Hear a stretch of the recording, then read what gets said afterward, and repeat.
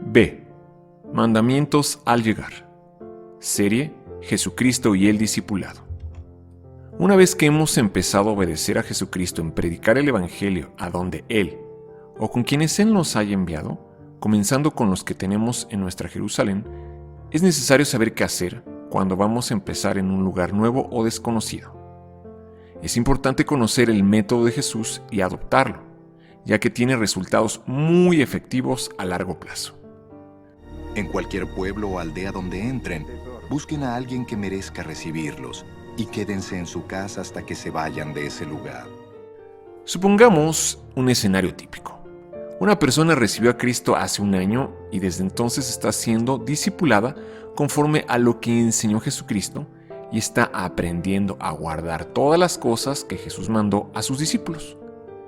El Espíritu Santo impulsa a la persona para que comparta su fe con otros y empieza a testificar de Cristo y de su fe en Él con todos sus familiares, amigos y vecinos. Y es usado por Dios para sanar a algunos enfermos. Empieza a descubrir y a fluir en algunos dones espirituales. E incluso comprueba el poder de Dios sobre los demonios y los espíritus inmundos. Se entusiasma al comprobar lo emocionante que es el Evangelio, pero no sabe qué más hacer. Aun cuando no lo sabe, ya se ha involucrado en la obra misionera, porque está aplicando los mandamientos misioneros que vimos en la lección anterior. ¿Qué debe hacer? Resumiendo, en pocas palabras, lo que vamos a analizar en esta lección, debe preguntar a cada uno de aquellos a quienes ha testificado y ministrado si quisieran iniciar un discipulado con él. A los que respondan que sí, dedicarles el tiempo para empezar a enseñarles la palabra de Dios desde el principio, tal y como lo hicieron con él, con el propósito de repetir el mismo proceso que él está haciendo, y debe prepararse espiritualmente para los ataques, persecuciones y aflicciones que le sobrevendrán por causa del Evangelio, sabiendo que todas las cosas que le sucederán serán para su bien, para su crecimiento espiritual, a fin de que vaya siendo transformado a la imagen de Cristo. Si se mantiene fiel haciendo esto, el Espíritu Santo lo irá guiando paso a paso, de manera personal, y dirigiendo hacia su propia Samaria, Judea y hasta lo último de la tierra. Analicemos pues 10 de los 16 mandamientos misioneros al llegar. Esto es para empezar a discipular a los que se han evangelizado.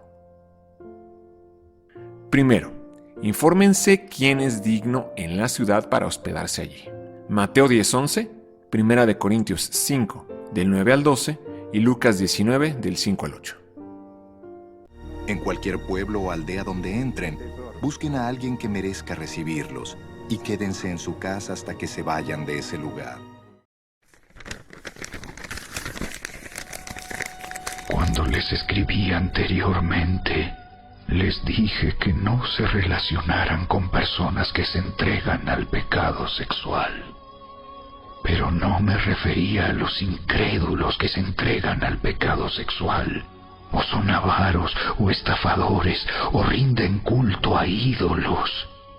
Uno tendría que salir de este mundo para evitar gente como esa. Lo que quise decir es: no se relacionen con ninguno que afirma ser creyente y aún así se entrega al pecado sexual, o es avaro, o rinde culto a ídolos, o insulta, o es borracho, o estafador. Ni siquiera coman con esa gente. No es mi deber juzgar a los de afuera, pero sí es responsabilidad de ustedes juzgar a los que son de la iglesia y están en pecado.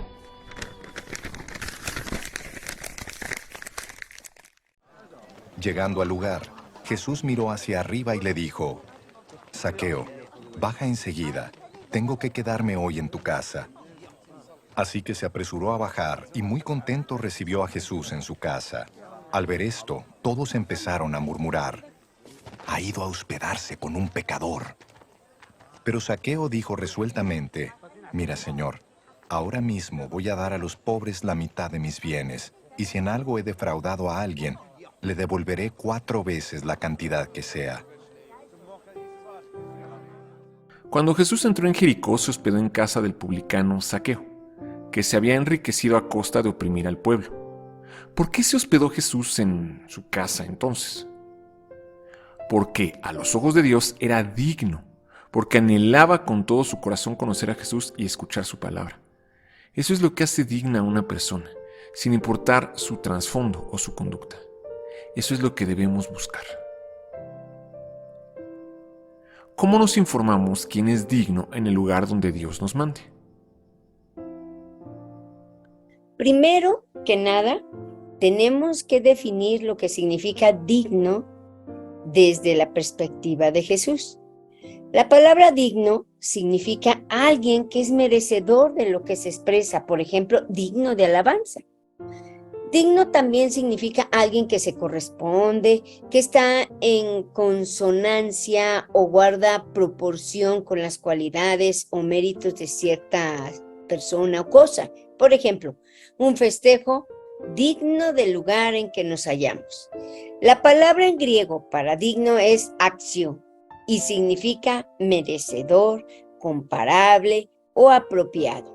Desde la perspectiva de Jesús, alguien digno no es el que tiene cualidades superiores, así como Superman, o que merece algo o se puede comparar como estándares elevados. Más bien el sentido es apropiado, es decir, que se ajusta o se adecúa. Tenemos que buscar quién sea digno de recibir el Evangelio, el mensaje de Jesucristo. Ahora, el Evangelio, aunque es para todos, no todos lo reciben ni lo creen como está escrito en Romanos y en Isaías. Mas no todos obedecieron al Evangelio, pues Isaías dice: Señor, ¿quién ha creído en nuestro anuncio? Jesús mismo dijo que no vino a llamar a los justos, sino a los pecadores al arrepentimiento. No hay justo ni aún uno, pero muchos han sido tan esclavizados por el pecado que creen que lo son.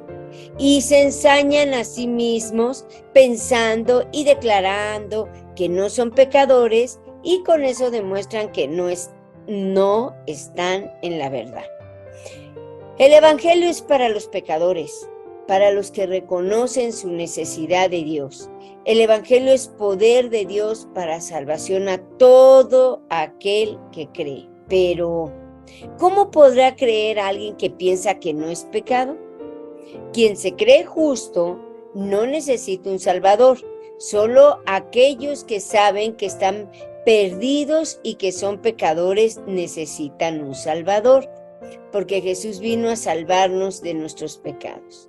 Por eso, cuando llevamos el mensaje del Evangelio a otras personas, no debe sorprendernos que nos rechacen, se enojen o se burlen de nosotros. Y esas personas, de acuerdo con lo que enseñó Jesús, no son dignos, pues no se ajustan, no se adecuan al mensaje del Evangelio, que no solamente proclama que Dios nos ama y tiene un plan maravilloso para nuestras vidas, sino que también declara que todos somos y necesitamos un Salvador. Somos pecadores. La actitud negativa y de rechazo de cualquier persona hacia el Evangelio revela que aún no es el tiempo de esa persona, porque no hemos orado lo suficiente para que sea receptiva al mensaje, para que el Espíritu Santo la convenza de pecado y trate con su vida para que reciba a Cristo. De ahí la importancia de orar por aquel que vamos a evangelizar, porque la oración produce que el tiempo de la salvación llegue a esa persona. Más bien, siguiendo las instrucciones de Jesús, debemos informarnos buscando quien sea digno, para entonces empezar a discipularlo. ¿Y cómo nos informamos de quién sea digno? Pues tal como cualquier reportero o periodista que buscan información, preguntando: ¿así sumamente simple y sencillo. Es tan simple y sencillo como preguntar a cada miembro de la familia, amigos, compañeros de trabajo, escuela, vecinos, etcétera, etcétera, si quisieran conocer a Jesucristo y aprender de Él por medio de la Biblia. Tan fácil como eso. Haz una lista de todos los familiares, amigos, conocidos, compañeros y los demás con quienes ya tienes alguna relación y puedes contactarlos de alguna manera, cara a cara, o por teléfono, o por internet. Empieza a orar por ellos todos los días, pidiendo a Dios que abra sus corazones a Cristo, que los convenza de pecado y que sean receptivos al Evangelio. Entonces visita, contacta o llama a cada uno para saludarlo y después decirle que has estado orando a Dios por él o por ella, que has estado estudiando la Biblia y conociendo a Jesús. Puedes aprovechar para compartirle brevemente un testimonio de cómo conociste a Cristo. Hazle la pregunta: ¿quisieras conocer a Jesús y aprender de Él por medio de la Biblia? Me gustaría poderte enseñar lo que estoy aprendiendo. O bien, puedes recurrir a la estrategia de la encuesta de opinión popular, pidiéndoles que te ayuden con una tarea que te dejaron en el curso bíblico que estás tomando, y es contestar unas breves preguntas de una encuesta de 10 preguntas sobre la desintegración familiar, y al final está la misma pregunta. Al hacerles esa pregunta nos daremos cuenta por su respuesta si son dignos o no. Si la respuesta es hostil, negativa y de rechazo, entonces pues esa persona no es digna y no debo perder el tiempo queriendo convencerlo o convertirlo con mis propias fuerzas, pues esa es la labor del Espíritu Santo. Significa que debo seguir orando y orar más por él y avanzar a la siguiente persona. Si la respuesta es de evasivas o excusas, tampoco es digna. Avanza con el siguiente. Si la respuesta es afirmativa, empieza entonces con compartirle las 4 verdades espirituales con él a fin de llevarlo a recibir a Cristo en su corazón. Si rechaza el mensaje o pone excusa y se rehúsa a recibir a Cristo, entonces tampoco es digno. Avanza con el siguiente. En cuanto encuentres uno solo que sí reciba a Cristo en su corazón y haga la oración contigo, ya encontraste a alguien que es digno. Entonces, debes iniciar el discipulado con esa persona y empezar a reunirte por lo menos una vez a la semana para que le impartas el curso desde el principio, comenzando por los primeros rudimentos, que es el D01, la Biblia, luego el D02, que es la salvación, y así proseguir, dejándole que haga las tareas o resolviéndolas junto con la persona. De esa manera has iniciado una iglesia, porque la iglesia es la reunión de 2 o más discípulos en el nombre de Jesús, y ambos, tanto tú como la persona, están siendo discipulados por Jesús, están siendo discipulados el uno por medio del otro. No nos limitemos. Al primero que recibamos, que haga recibir a Cristo en su corazón, contacta a cada persona de tu lista. Y es posible que hasta puedas iniciar un grupo con 2 o más que sí recibieron a Cristo. Entonces, de esa manera obedecemos el mandamiento de Jesús, informamos quién sea digno, para poder empezar a discipular y poner en práctica lo que estamos aprendiendo. Segundo, posen allí hasta que salgan. Mateo 10:11, Lucas 10:17. En cualquier pueblo o aldea donde entren, busquen a alguien que merezca recibirlos y quédense en su casa hasta que se vayan de ese lugar. Cuando los 72 regresaron, dijeron contentos: Señor, hasta los demonios se nos someten en tu nombre. El lugar donde nos hospedamos es clave, porque allí podemos discipular al padre de familia y, al salir de allí, para ir a otro lugar, queda allí establecida una iglesia en casa. Debemos concentrar nuestro tiempo en una casa y establecer allí una iglesia. que después repetirá el modelo y se multiplicará. Militarmente se conoce como cabeza de playa, y es una estrategia efectiva y probada para invadir islas y ciudades enteras. ¿Por qué es muy estratégico y efectivo establecer una cabeza de playa? Bueno, durante la Segunda Guerra Mundial, los soldados tenían una estrategia definida que usaban cuando iban a atacar en el Pacífico, cerca de los japoneses. Utilizaban la misma estrategia en cada isla y siempre les funcionó. Primero, iban a la isla que habían tomado cautiva, que estaba bajo el dominio de los malos, y comenzaban a atacarla con bombas y granadas y toda clase de explosivos. A eso se le llamaba el periodo del ablandamiento. Puede ser que la persona por quien estamos orando para que reciba el evangelio, con quien nos vamos a informar si es digno, se encuentra en el periodo de ablandamiento en este momento. Desde que empezamos a orar por alguien, el Espíritu Santo empieza a intervenir y Dios empieza a obrar, de manera que en la vida de esa persona ocurren toda clase de explosiones que envían fragmentos a todas partes, hasta que se da cuenta de que por fin le falta algo en su vida. Luego llegará al punto donde dirá, sí, necesito algo más allá de mí mismo. Dios está ablandando su orgullo y eso es resultado de las oraciones. Entonces, al final podrá reconocer que sí necesita ayuda, que necesita a Dios en su vida. De ahí la importancia de orar.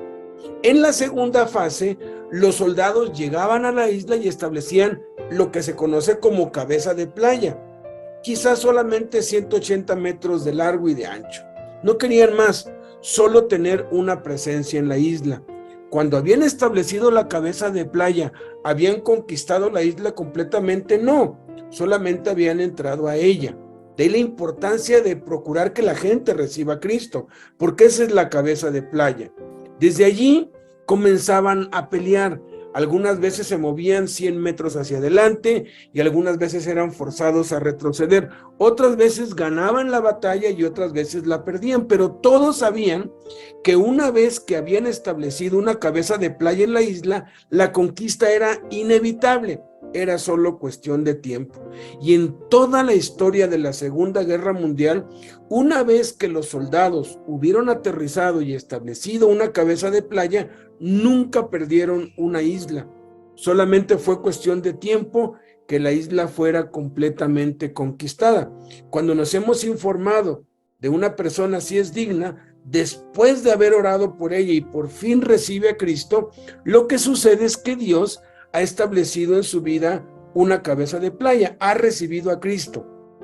Eso quiere decir que Dios instala su presencia en la vida de esa persona. ¿Significa eso que ya todo es perfecto? Absolutamente no. Significa que Dios está en su vida, que se ha establecido esa cabeza de playa y que el resto de su vida Dios va a estar conquistando a esa persona poco a poco, así como lo hizo con nosotros. Y eso es un proceso, y a veces es un proceso muy largo. Así que no nos preocupemos, solamente confiemos en Dios. Quizá nos preocupa que en esta batalla no podemos avanzar, porque la persona que recibió a Cristo no es constante en asistir al discipulado, o no hace sus tareas, o pierde el interés en el curso, y empieza a poner excusas y pretextos. Dios nos dice, no te preocupes, no es nuestro trabajo mantenernos en la batalla, es el trabajo de Dios. Depositemos toda nuestra ansiedad en Dios porque Él tiene cuidado de nosotros. Él nos está sosteniendo de su mano. Al nosotros recibir a Cristo, tomamos la mano de Dios y Dios tomó la nuestra. Si ya has tenido niños chicos, si has intentado cruzar una calle transitada, tú los agarras de la mano, ¿verdad? Y los niños 3, 4 o 5 años quieren salir corriendo, pero tú no los dejas, tú los tienes allá agarrados y por más que quieran, no los vas a dejar porque sabes el peligro que ellos corren. Así es con Dios. Él nos ha tomado de la mano también cuando recibimos a Cristo y por más que nos queramos zafar de Él, no nos va a dejar. Porque hay momentos en la vida tanto nuestra como de las personas a quienes estamos discipulando, que toman decisiones equivocadas y ya no quieren seguir y se quieren apartar, pero acuérdense, Dios nunca nos va a dejar, porque una vez que nos hayamos tomado de la mano de Dios, Dios también habrá tomado nuestra mano y no la va a soltar. Timoteo dice, Dios es fiel para cuidar lo que le hemos confiado hasta el día que Jesús vuelva. Dios dice, yo soy el que te toma, no hay por qué temer. Lo que sea que Dios te pida que hagas, lo puedes hacer porque Él es el que nos capacita para hacerlo. El que comenzó en ti y en mí la buena obra, la perfeccionará. No te desanimes si la gente te rechaza. No te desanimes si invitas y nadie quiere. A veces Dios permite eso para ver qué tan firmes estamos. Cuando yo empecé en la universidad, le hablamos de Cristo a todos. Nadie quería recibir a Cristo, los invitábamos a un curso. Yo invitaba todos los días a un curso a alguien en un salón, en un edificio específico, y nunca venía nadie. Me decían, sí, voy. Otros me decían, no, pero otros me decían sí, y no iban. Y ahí estaba yo después de como 2 semanas esperando que viniera alguien y no venía nadie. Y un día dije, pues bueno, pues yo me voy a poner a dar la clase, aunque no haya nadie, y me puse a dar la clase, imaginando que había gente en las sillas, ¿no? Yo usaba el pizarrón y todo, y de pronto se me fue el tiempo. Uno puede estar en los salones de la universidad máximo hasta las 10 de la noche, pasando esa hora, pues ya no se puede. La clase supuestamente era a las 8, de 8 a 9, y ni cuenta me di cuando de pronto sentí que me estaba viendo alguien, y cuando volteo era uno de los policías de la seguridad interna que estaba dando el rondín para ver si no había nadie en los salones, y cuando veo ya eran las 10:10 y dije, me van a reportar, y le dije, perdón, y ya me voy, y me dijo, no, siga, lo he estado oyendo, es muy interesante lo que está hablando. Se sentó, y ese fue mi primer alumno, un policía de la seguridad interna. Ya como a las 10:30 me dijo, bueno, tengo que seguir con el rondín, pero ¿por qué no vienes a la caseta? Me dijo, a las 11 nosotros tenemos como que un receso. Le dije, pero yo no puedo salir de mi dormitorio después de las 10, ya no me dejan entrar. Nosotros vamos por ti. Mañana vamos por ti.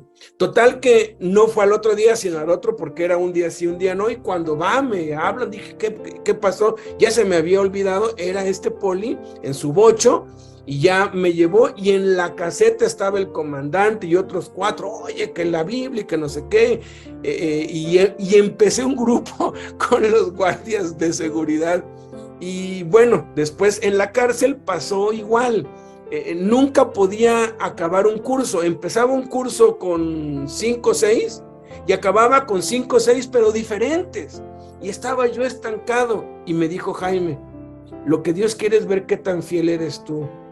Échate los 12 módulos, aun cuando no sean los mismos nunca. Y terminé los 12 módulos con chile, pozole, manteca, dulce, porque nunca hubo uno solo que hubiera terminado. Pero una vez que le comprobé a Dios que sí era fiel, Dios me dio entonces uno, Adolfo García, y otro más, José Luis Hernández Pichón, y entre los dos evangelizaron toda la cárcel, yendo celda por celda por celda. Es impresionante cómo esto funciona. No te desanimes. No te desanimes, no te des por vencido, sigue, que a largo plazo hay fruto, y es un fruto impresionante. Tercero, saluden la casa cuando lleguen allí. Lucas 10, 5-6, Juan 14, 27. Cuando entren en una casa, digan primero, paz a esta casa. Si hay allí alguien digno de paz, gozará de ella, y si no, la bendición no se cumplirá. La paz les dejo, mi paz les doy. Yo no se la doy a ustedes como la da el mundo.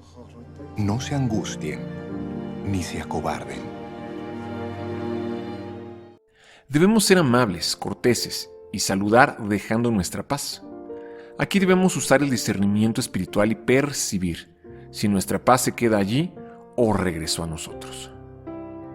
La gente generalmente se entrega a Cristo, más por nuestra amabilidad hacia ellos que por nuestras predicaciones o palabras.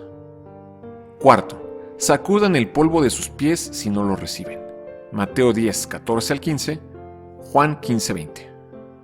Si alguno no los recibe bien ni escucha sus palabras, al salir de esa casa o de ese pueblo, sacúdanse el polvo de los pies.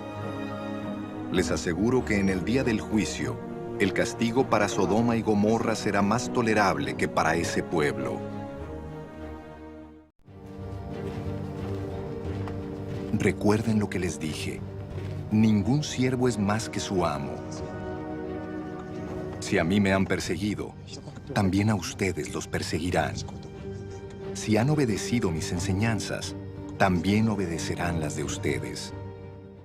En el caso de ir de casa en casa y ser rechazado por todos, entonces debemos hacer esto. Este es el último recurso al que debemos recurrir. El juicio contra Sodoma y Gomorra será más tolerable que para los que no creen en Jesús. Por eso el Espíritu nos convence del pecado de no creer en Jesús, que es el peor de todos, más que la sodomía, homosexualismo, asesinato, etc. ¿Qué significa sacudirse el polvo de los pies y cómo se obedece este mandamiento? En el clima cálido y seco del Medio Oriente, en tiempos de Jesús, el polvo era una realidad que ocasionaba prácticas tales como lavarse los pies al entrar en una casa. Esto es en Juan 13:1 y 17. Simbólicamente, echarse polvo en la cabeza era una señal común de duelo o arrepentimiento en Job 2:12 y Apocalipsis 18:19. Sacudirse el polvo de los pies era una señal de no tener más responsabilidad por el lugar donde se había levantado el polvo, dejando así esa zona para el juicio de Dios para como acabamos de leer en Mateo 10, 14 y como dice también en Lucas 9:5 al 11 y Hechos 13:51.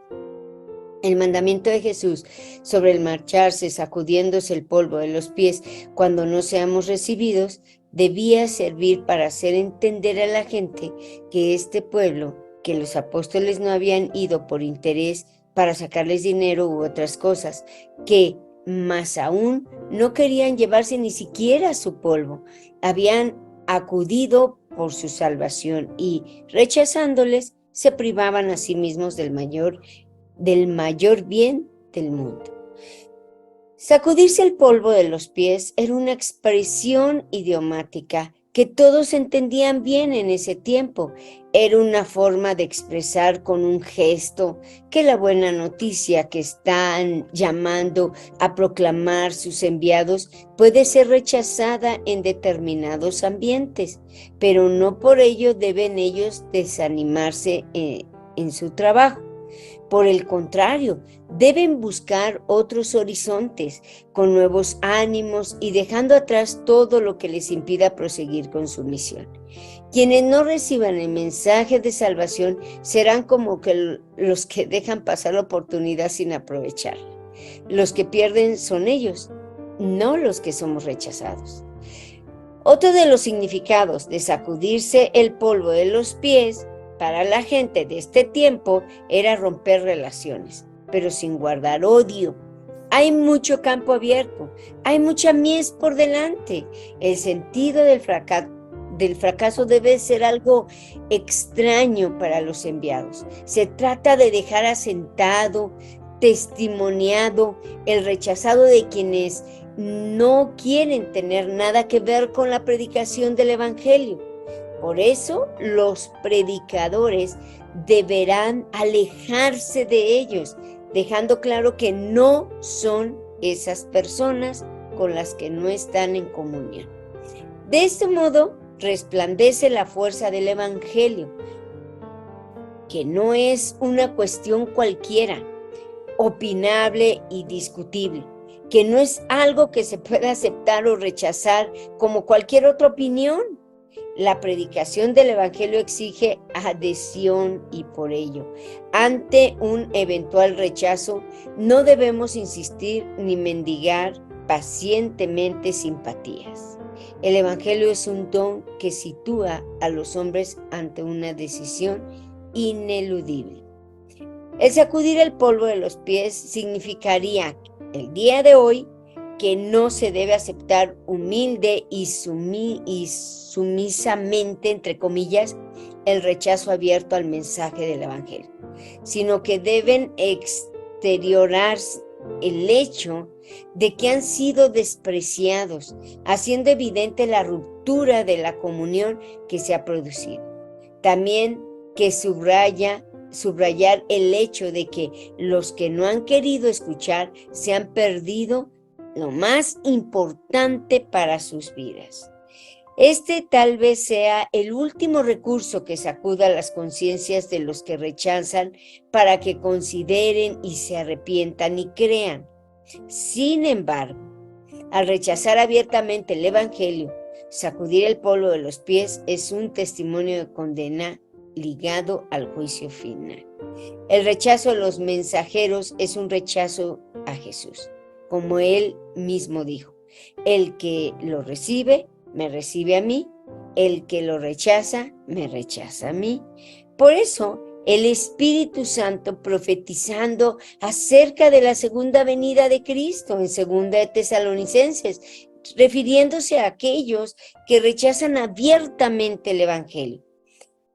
Y dice: cuando se manifieste el Señor Jesús desde el cielo con los ángeles de su poder en llama de fuego, para dar retribución a los que no conocieron a Dios, ni obedecen al Evangelio de nuestro Señor Jesucristo, los cuales sufrirán pena de eterna perdición, excluidos de la presencia del Señor y de la gloria de su poder, cuando venga en aquel día para ser glorificado en sus santos y ser admirado en todos los que creyeron, por cuanto nuestro testimonio ha sido creído entre vosotros.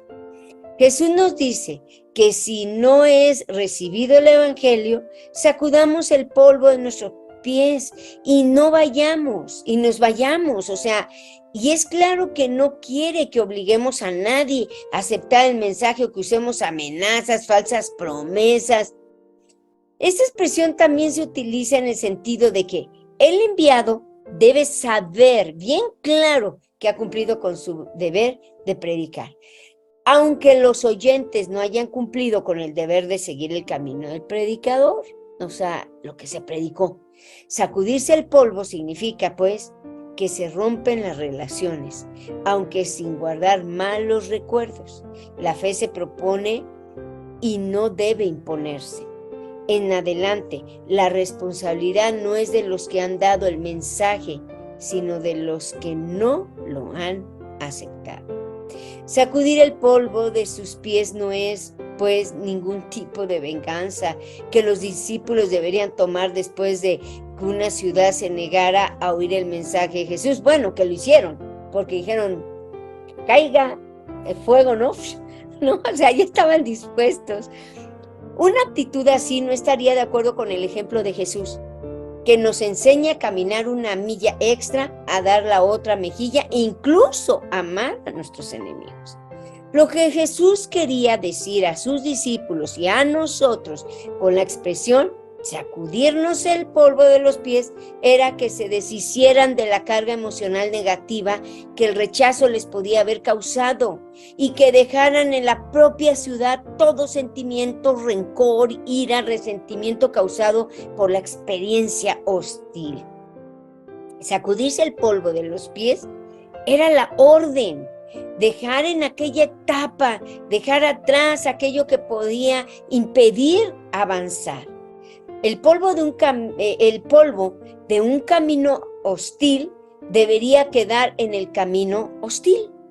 Y así estaríamos libres para avanzar por nuevos y libres caminos. Esa fue la experiencia de los discípulos cuando vivieron este mandamiento que Jesús les dio. Y esto lo vemos en Hechos, 13:51.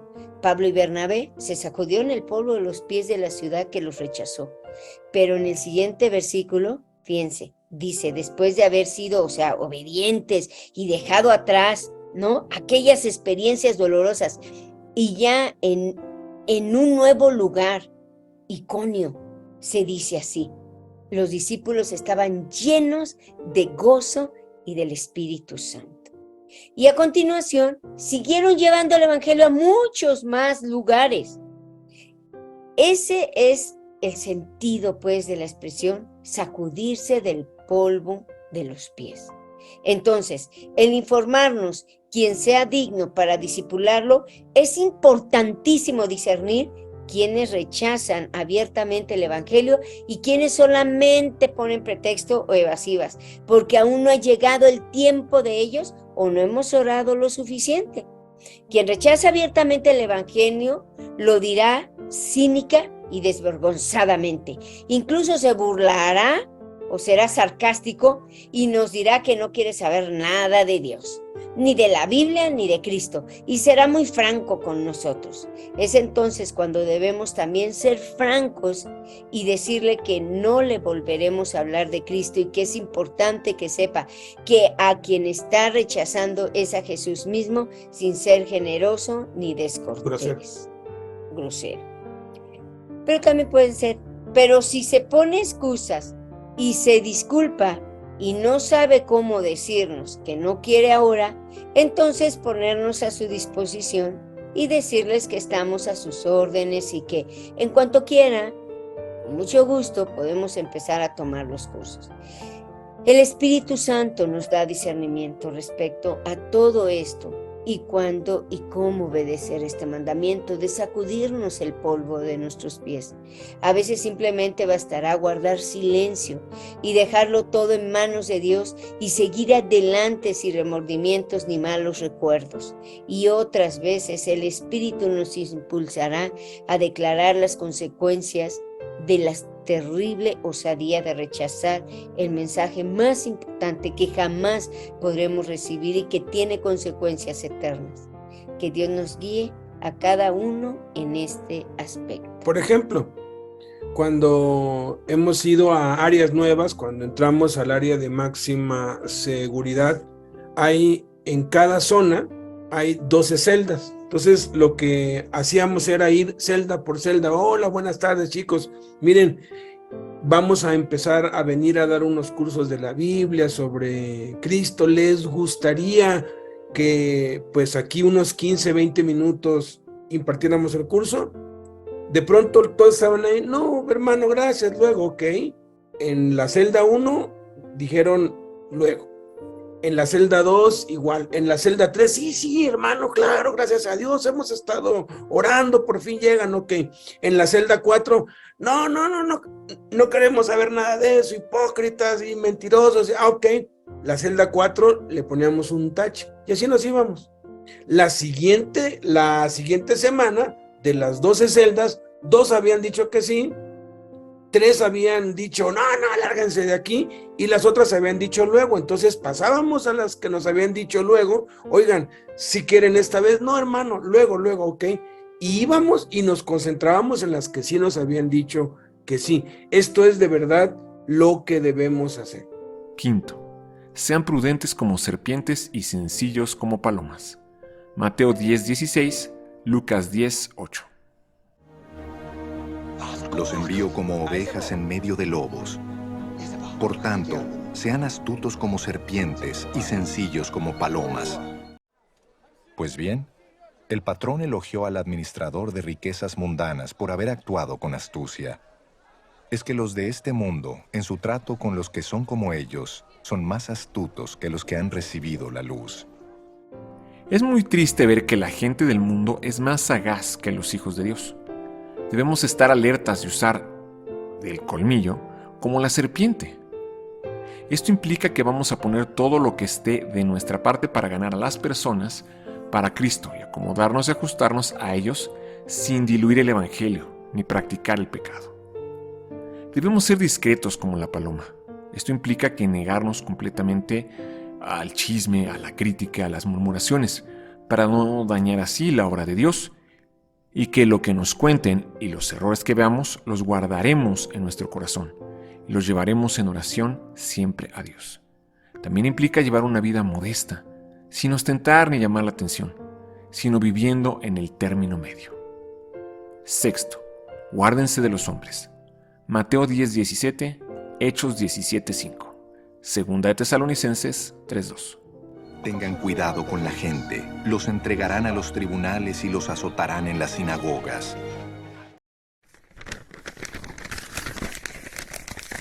Entonces ciertos judíos tuvieron envidia y reunieron a unos alborotadores de la plaza del mercado para que formaran una turba e iniciaran un disturbio. Atacaron la casa de Jasón en busca de Pablo y Silas, a fin de sacarlos a rastras y entregarlos a la multitud.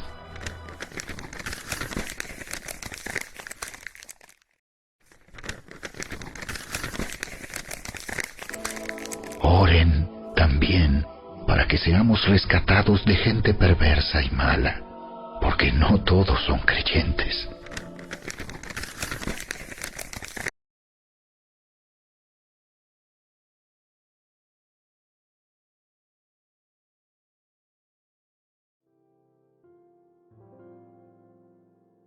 Vamos a tener oposición.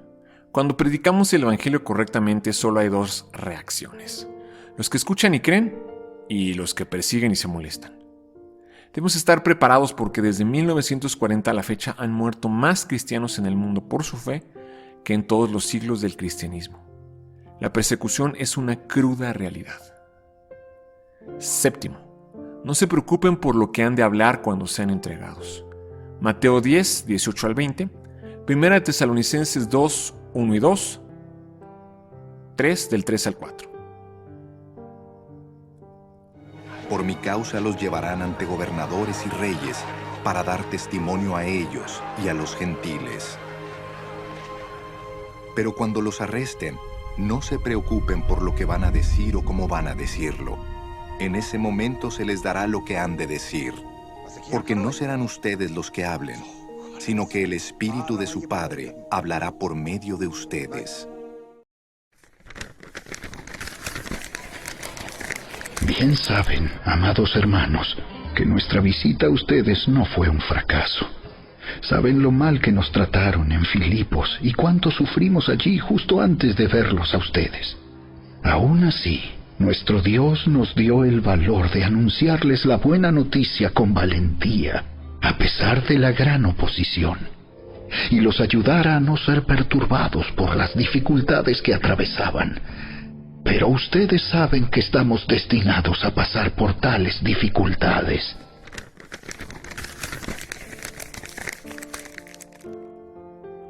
Bíblica e históricamente no ha habido avivamientos sin persecución y derramamiento de sangre. ¿Estaremos preparados ya para eso? Cuando eso llegue, no nos preocupemos por lo que debemos de hablar, porque el Espíritu hablará en y por nosotros.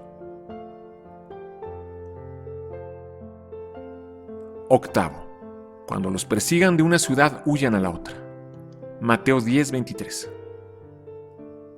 Cuando los persigan en una ciudad, huyan a otra. Les aseguro que no terminarán de recorrer las ciudades de Israel antes de que venga el Hijo del Hombre. Salomón escribió: el inteligente ve el peligro y se esconde, mas el tonto se queda y sufre el daño. Debemos obedecer a Jesús en este aspecto. Si nos persiguen al grado de querer dañarnos física o jurídicamente, debemos huir. Esto no es cobardía, es inteligencia, pues deja lugar y tiempo para que Dios obre, como cuando Jesús se escapaba cada vez que lo querían apedrear. Noveno, no les tengan miedo a los que los persiguen. Mateo 10:26 y 28. Así que no les tengan miedo, porque no hay nada encubierto que no llegue a revelarse, ni nada escondido que no llegue a conocerse. No teman a los que matan el cuerpo, pero no pueden matar el alma. Teman más bien al que puede destruir el alma y cuerpo en el infierno. Cuando alguien quiere hacer daño a otro, planea su ataque. Jesús está diciendo en el contexto que ningún plan oculto permanecerá así, y promete que sabremos las maquinaciones de los impíos. Por eso no debemos temer, porque Dios nos hará saber con suficiente tiempo las acechanzas para poder tomar medidas y escapar. ¿Qué debemos hacer ante las amenazas y persecuciones? Miren, si persistimos en obedecer a Jesús, que es lo que debemos hacer todos, pues seguir obedeciendo a Jesús significa permanecer en Jesús, pues todos los que decimos que permanecemos en Jesús debemos andar como Él anduvo, y Jesús persistió en obedecer al Padre y se concentró en obedecer lo que le había mandado el Padre, que era evangelizar, discipular y enviar. Si persistimos en eso, inevitablemente, y quiero repetirlo, inevitablemente tendremos amenazas y persecuciones. Pero no debemos tener miedo, porque las amenazas y persecuciones son parte del plan de Dios para nuestras vidas y de las vidas de aquellos que nos amenazan y persiguen. El Espíritu Santo dice claramente en 2 de Timoteo 3:12 que todos los que queremos vivir piadosamente en Cristo Jesús padeceremos persecución. Querer vivir piadosamente significa permanecer en Jesús, persistir en obedecerlo, no bajar la guardia. Otras Biblias traducen: todos los que quieren permanecer en Cristo padecerán persecución. También dice el Espíritu Santo que es necesario que a través de muchas tribulaciones entremos en el reino de Dios, en Hechos 14:22, y por eso nos anima fuertemente en 1 de Pedro 4, del 12 al 13, lo siguiente, y lo voy a leer en primera persona, para los que ahorita mismo están sufriendo tribulaciones, amenazas, persecuciones. Dice: amado, no te sorprendas del fuego de prueba que te ha sobrevenido, como si alguna cosa extraña te aconteciese, sino gózate por cuanto eres participante de los padecimientos de Cristo, para que también en la revelación de su gloria te goces con gran alegría. Las amenazas y persecuciones que el Nuevo Testamento engloba en una palabra que se llama tribulaciones, y a partir de ahora le vamos a llamar a las amenazas y persecuciones tribulaciones. Las tribulaciones tienen como objetivo que dejemos de seguir permaneciendo en Jesús. Esto es, que dejemos de evangelizar, que dejemos de discipular y que dejemos de enviar. Las tribulaciones, amenazas y persecuciones van a venir a nosotros de tres fuentes. La primera fuente es el mundo, a través de la gente, por medio del rechazo, burla, críticas, chismes, calumnias, falsos testimonios, mentiras, toda clase de mal en contra nuestra, etcétera, etcétera. Segunda fuente, el diablo, a través de circunstancias como pérdidas materiales y económicas. ¿Se acuerdan de Job? Le destruyó todo su ganado y todos sus bienes. Conflictos laborales, problemas conyugales, problemas con los hijos, enfermedades, accidentes, etcétera, etcétera. La tercera fuente de las tribulaciones es la carne, a través del miedo, las tentaciones, las dudas, el desánimo, el desaliento, los tropiezos, las recaídas, los recuerdos del pasado, los resentimientos, las amarguras, etcétera, etcétera. Sea cual fuere la fuente, Dios lo permite todo para nuestro bien, para que en el proceso seamos transformados a la imagen de Jesús, pues Dios está más interesado en que seamos transformados a la imagen de Jesús, a que la pasemos bien y cómodamente en esta tierra.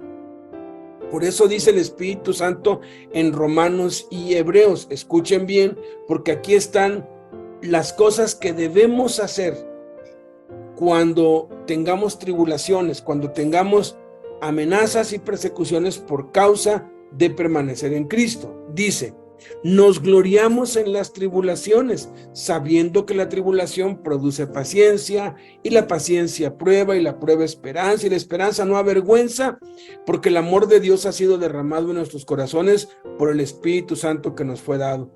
Pues tengo por cierto que las aflicciones del tiempo presente no son comparables con la gloria venidera que en nosotros ha de manifestarse.